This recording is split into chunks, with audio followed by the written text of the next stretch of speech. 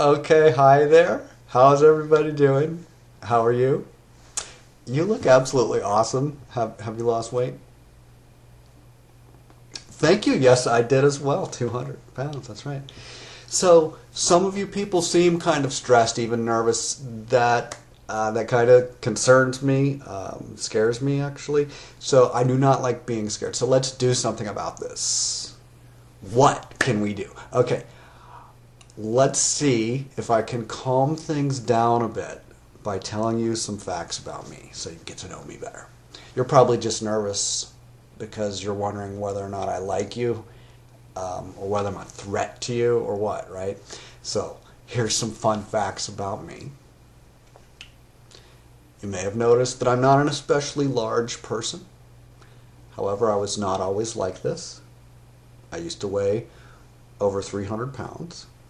And some of you are probably wondering, how did I manage to lose so much weight? This is actually an amazing story.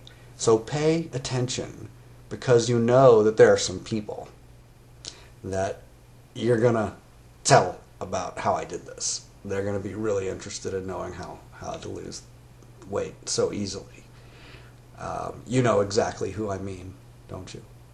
Okay, you don't have to tell me, but you know who they are. So they're the people that, if you're watching this video, the people who sent it to you, that was you. So in order to lose weight, I really only changed two things. Either one of those things will actually produce weight loss. If I have time, then I will tell you both of those two things. Okay? If I have time. So first, I studied what bears eat before they hibernate, which is what makes them extremely fat for winter. Right? I figured that if I want to stop getting fatter and maybe even lose some weight, then I need to know what actions I had taken to get so fat. Does that make sense? So I studied bears. I also studied cattle ranching. And, yeah, really. Do you know what cattle are fed to fatten them up? Do you know what bears eat right before hibernating to bulk up and get really heavy? Every year, it's the same. It works the same every time they do this. Does anybody know? That's right. That's right. So they eat a lot of junk food and pastries and sweetened drinks. Right? So that's how they get so huge, right? When they go shopping, they ignore the outer rim of the store, and they just focus on just buying the things that are in the aisles, right? So that's how to get really fat. Now you know. All the bears and bulls know exactly what to eat to get fat. So that's reliable. If you want to bulk up for a movie role or something, then that's a great way to do it. Okay, so just think about ranchers and bears hibernating and stuff like that, and that'll help you remember how to eat the things that'll make you huge. Okay,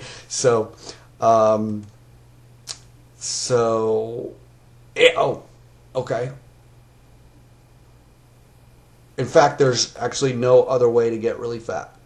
You have to eat that stuff. You have to eat the specific things that will make you expand, okay? You can't just slowly blow up like a balloon from eating a diet of grilled fish, right? No matter how much of it you eat, it won't work. Eating several pounds of fish will just not produce the same effect as eating like before bears for hibernation, or when they fatten up the cattle, if you know what they feed them. Eating a lot of fish will not produce that. Won't produce that enlarging effect, the enlarging effect. So why? Because you'll not even digest all of the fish if you eat that much of it. Okay? Right? Think about that for a minute. If you eat a lot of it, you're not going to digest it all, right? Are you? Like if you ate a lot, Would you digest all of it? Or would there be a little something left over, okay, when you're done digesting? Think about that, okay? Think about that. So, remember, it's not just what you put in you that matters, but what stays in you, right? What stays in you after you eat, and, you know, for a few days, for some time passes, and then if it's still in you, then that's different than if it's passed out of you, okay? So, it's what stays in you that makes you gain weight, not what gets dumped out at the other end, okay?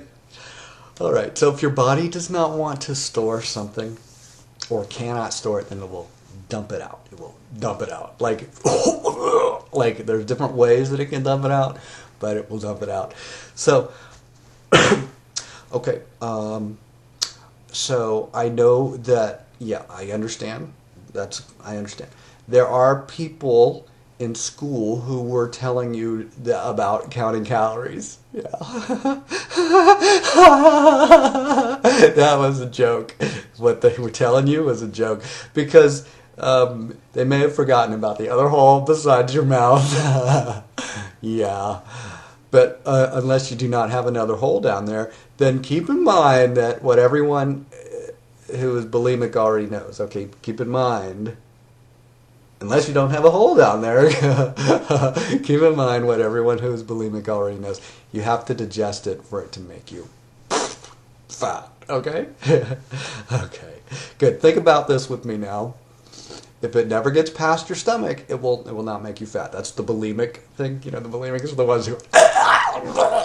Okay, so if it passes out of you without getting digested, then that is probably not going to make someone fat, is it? No, it's not. If it comes out, you know, you put it in your mouth and it comes back out your mouth, not going to make you fat. If you put it in your mouth and then it comes out the other end, it's still not going to make you fat because you didn't digest it. So counting calories is is a joke. Okay, all right. Okay. So, yeah, that's right, exactly. Have any of you ever raised small children? You know, they get bigger, but, okay, so, like the kind that wear diapers, exactly, right. So, how about this? Have you ever opened up a sagging diaper to see a nice bright yellow grain of corn? Think about it for a second. If you can still see the entire grain of corn, whole and intact, then it probably did not get digested, right?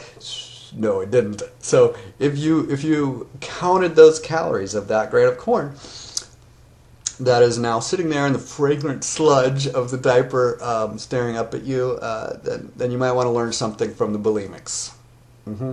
If you did not digest it, then it cannot make you fat. Okay, did you think about that? If you do not digest it, if you put it in your mouth and it comes out your mouth, or if you put it in your mouth and it comes out the other end, then you didn't digest it. And if you did digest it, then did you count those calories? No, right? No. It's like blowing up a balloon that has a hole in the balloon. So it just, you blow but it doesn't get any bigger because of the hole right at the other end of the balloon. Okay, so okay. Ready for, okay. Oh, I've got a little bit of, excuse me. Okay, so, all right. So that's pretty simple. So if you want to puff on a balloon to blow it bigger and bigger, right? Then you have to give your body the food that tells your body to put everything in storage for the cold season. Only certain foods give that signal to the body. Like the signal, right? Those are the only food that bears who are bulking up for the winter should eat, right? If you're bulking up for the winter, you only eat the things. Give your food the signal to store for the winter, right? So those are the only foods the cattle ranches will feed their cattle to fatten them up before slaughter. Okay, so okay. If you want to get bigger, if you want to get massive, right? I don't mean muscular. I mean rotund. then eat the stuff that bears and cows eat to get fat. It works for you too. You're a mammal also, by the way. If you want to get smaller, stop eating that stuff. To lose weight, you can eat things like fish that do not trigger your body's storage hormone. Okay? Alright, it was a joke what they told you about the counting calories. Yeah, it's silly. By the way, the second method, right, I told you there were two if I had time. And, okay, I have time. What the heck. So, this is important. The second method, even easier than changing what you eat. Okay? And it's not exercise. I'm not that into exercise. If I don't have time. I don't have time for stressing my body an extra 10 hours a week. I mean, you know, no, not really. No. Look at me closely, okay? I should show you my huge massive biceps, right? I don't exercise that, not at all. So that's not the other method. For people who think that exercise is essential for weight loss, it was a joke. Think about a hibernating bear.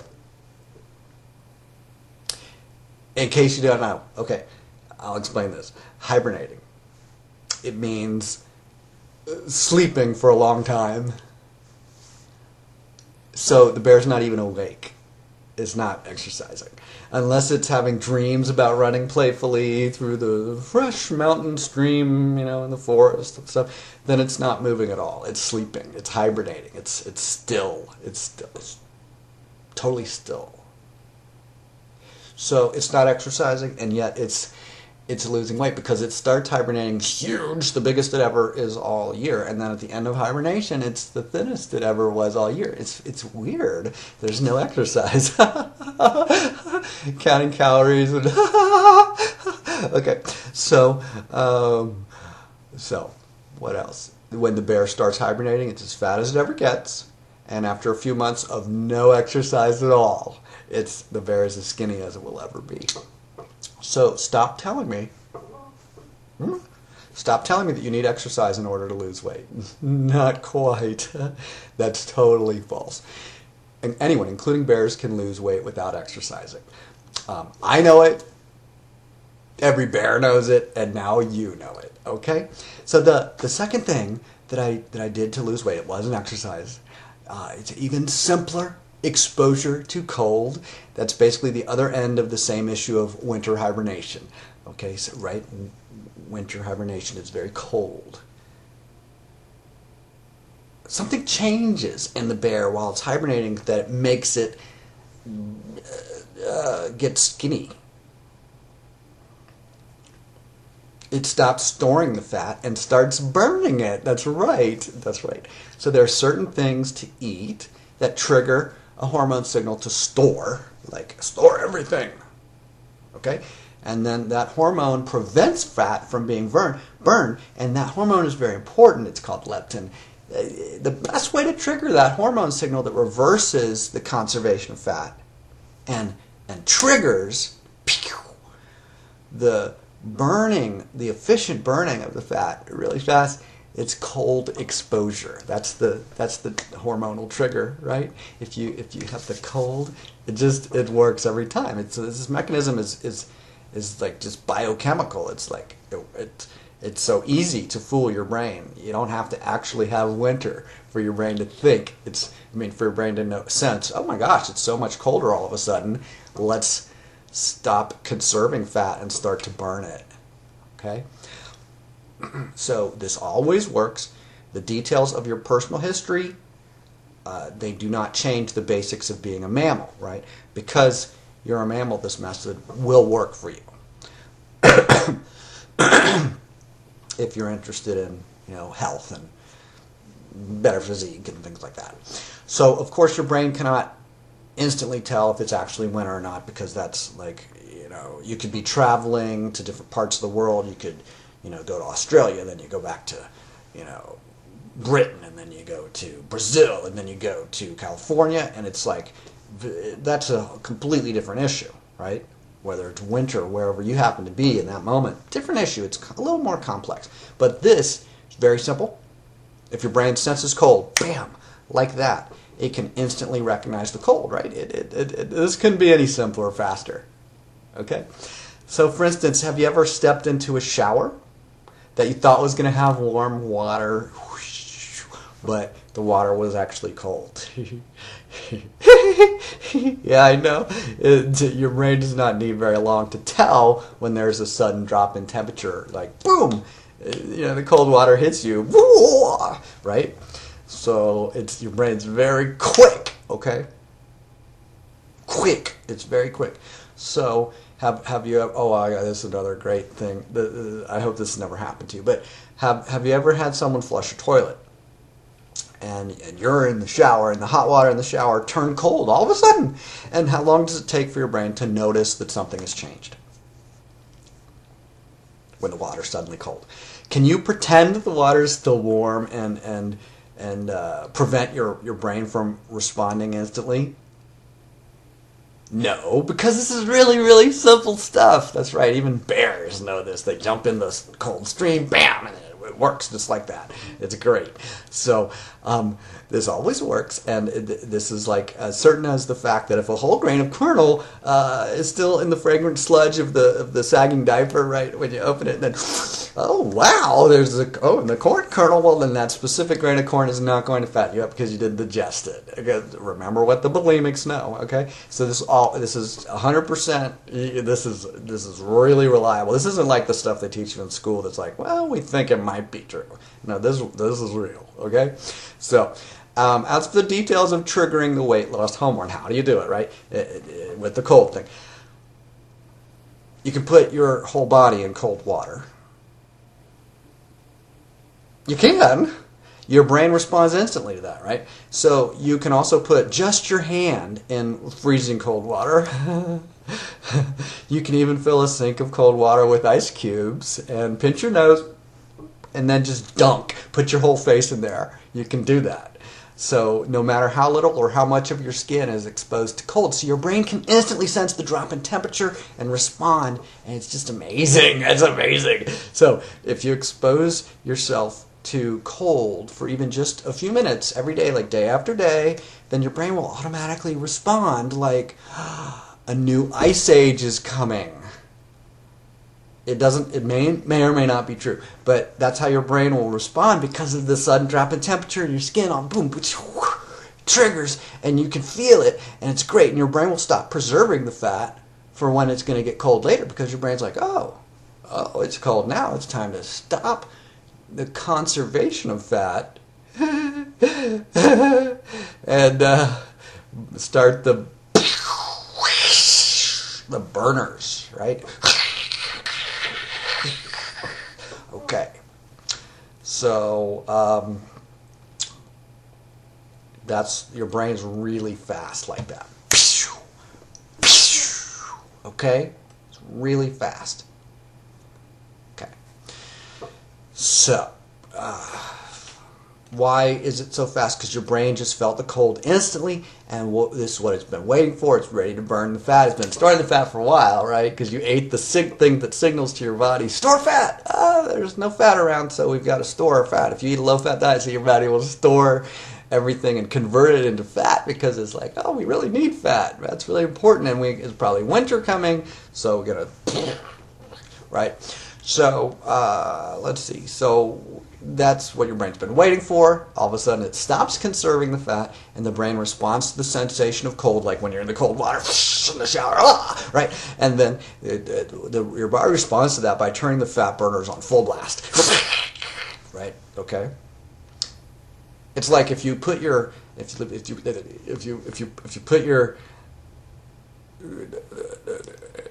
grain of corn in a diaper, you ate it right first, but then you put it in a diaper. Not you, your child puts it in the diaper, okay, and then you take it to the doctor and you say, do you think that this calorie right here from this grain of corn is gonna make the okay? Oh, oh, all right. Oh, all right. I love it when my patients bring in the sagging diaper with the bright yellow kernel of corn. Okay, so, all right.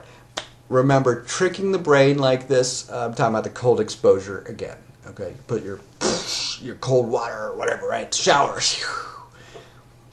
Tricking the brain like this only takes a few minutes a day. You have time for that, right? For people who have nothing better to do and want to waste their time exercising and stressing their body out by all that, exercise, you can still include this method, which is one that actually works, by the way, because this one only takes a few extra minutes. Okay? So once again, stop telling me that anyone who needs to exercise in order to lose weight, that's not true. No matter how sincerely ignorant someone is, this is still, the thing about needing to exercise is still totally false. Okay? The actual mechanisms of nature do not change just because someone discovers that mechanism and then eventually understands how some of it works. Okay? So these ignorant doctors who don't know that you've got another end at the besides the mouth, you got another end down there. Those doctors, ignore them. They're they're joking, I guess. I don't know what's going on with that. So when someone later, when your doctor goes, oh my gosh, I discovered you have a hole at the other end. The hole didn't just appear. The hole's been there all along. But the doctor, sometimes it takes him a while to discover it. And he'll be like, I smell something. And you'll be like, yeah, that's the the big fragrant mess of sludge down there in the diaper, the sagging diaper, and it's probably got some whole green, whole kernels of corn down there, right? and that's the kind of thing that doctors, it takes them a while to get it, right? It takes them a while to get it because they learned something else, and then all of a sudden it's like, oh my gosh, there's another hole down there. It must be new because I would have learned about that in school if that was already true, because it must be new now because I didn't know. I didn't think about that, so I feel silly. So, how much you digest could be important, okay? But count calories anyway, because it's like, it'll be better at math, which is important. So, okay, who exactly can lose weight without exercising? Anyone, including bears, can lose weight without exercising. I know it. Bears know it, and now even you know it. Okay. So now I do realize that I could have created some additional stress for some of you. Okay.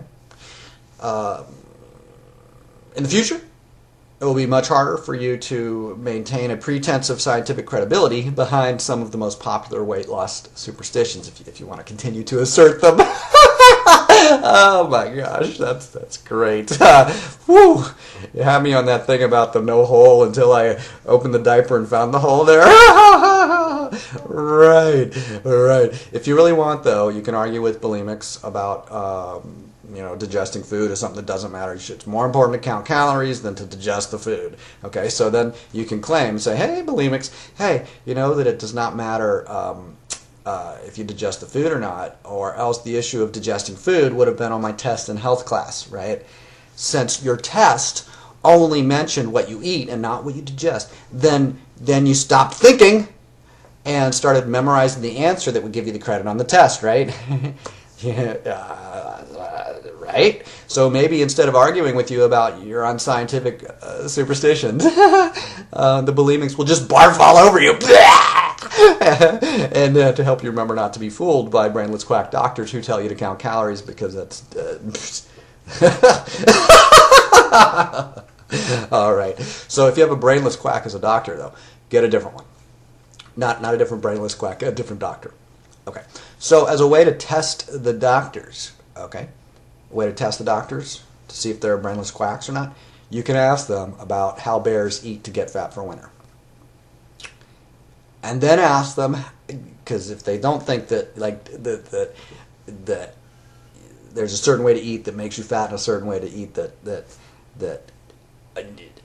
not maybe, not, oh, you didn't, no, always works for everyone because you're a mammal. There's certain diets that will work for bulking up or for slendering, for turning on the fat burning hormones, because they're just little biochemical triggers. They don't actually, they don't have a choice, okay? They just work. And when you do those actions, those results are produced. So you can ask the doctor, if you're wondering if they're a brainless quack or not, you can ask them, how do bears get fat for winter, and then ask, how do bears eat to specifically get fat for winter, and then ask the doctor.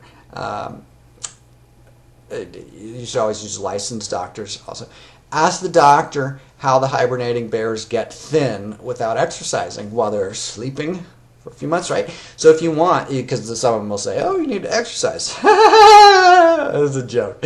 So if you want, you can even keep the special diaper, right? I was talking about this earlier. You keep the special diaper, just keep it around for a while. Or when you go in to see the doctor, you can keep the diaper and just go in and say, oh, look, here, this is a diaper, and it has a big bright yellow grain of corn in it, right? Oh, look, right here, sniff up, put up their nose and say, hey, Dr. Quack, should this specific kernel of corn be counted right here? This one right here, you see it?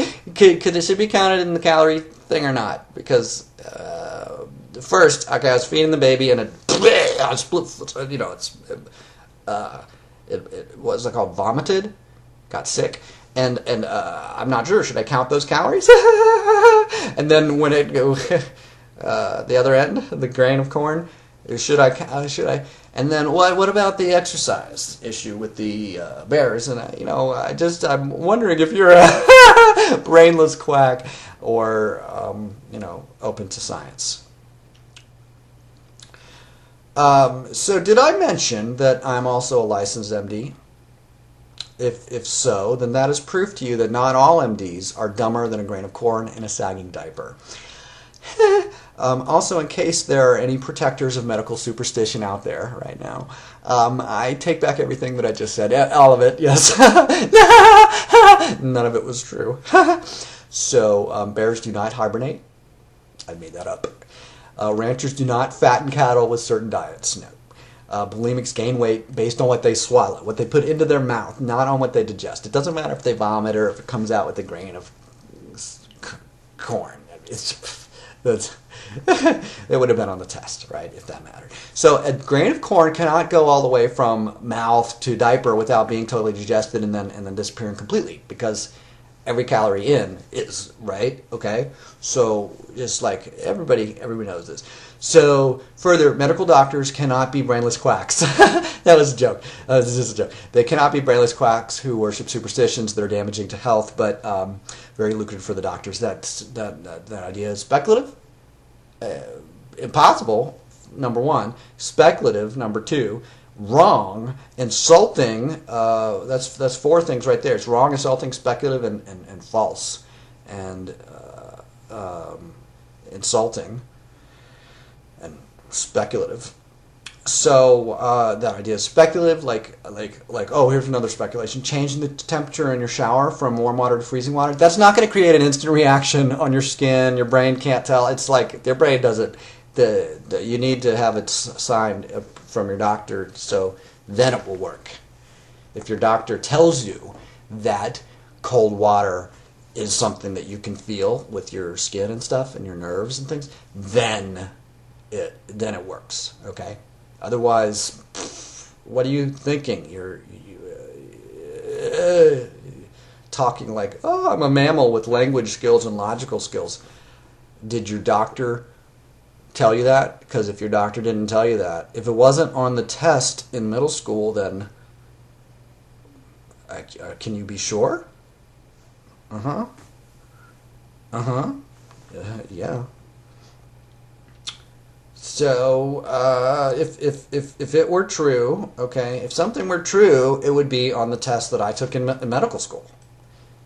What is really important is life, and what is really important is life, number one. And in life, what is really important is, number three, is to take advice from people who are good at passing tests. really good at passing tests. I know, it's like awesome. They're so good at passing tests. Wow, that's a.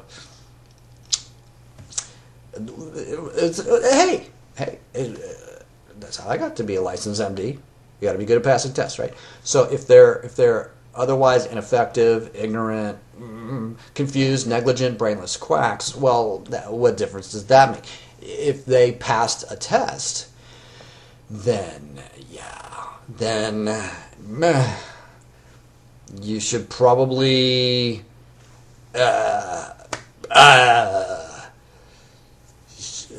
forget about the diaper, forget about the hibernating bears, forget about it, okay? Forget about it. The person that you were going to tell this about, because they're interested in weight loss, forget about it. Do not.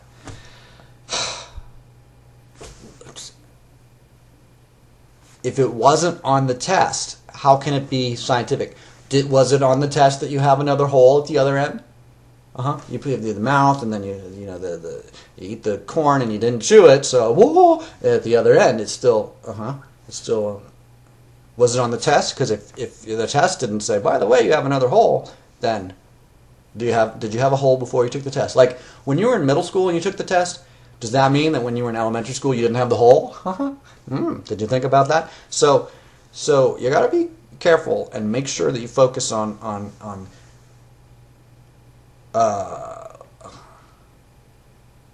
listening to people who are good at passing tests. Okay, it's very important.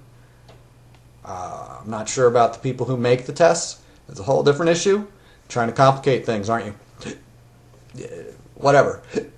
They've never changed medical licensure tests in the last 6,000 years, so it's not like science advances. Okay, if the person passed the test, their advice is good. If they have no expertise in the area, if their effectiveness rate is very low, no experience, they're huge themselves, then that might be a brainless quack, and you might want to consider some of the MDs like myself who have lost weight by working with their body's actual design. Okay. Jack Cruz, Terry Walls, she not only lost some weight but regained the ability to walk because she was crippled, and then she changed her diet and wasn't crippled anymore. And then Jerry Tennant, another MD, licensed MD, lost a lot of weight. Why? How? What did he do?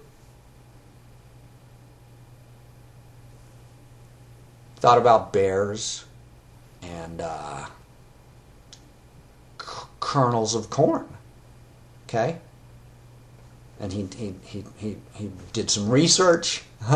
You guys might be. I mean, I know it's like, oh no, I'd rather be huge than do a little research and buy a $15 book and take. What are you talking about? 3 minutes a day to put my face in cold water? Cold thermogenesis, that's a long word. I would have learned it in middle school if it was important. My doctor doesn't know it. I should.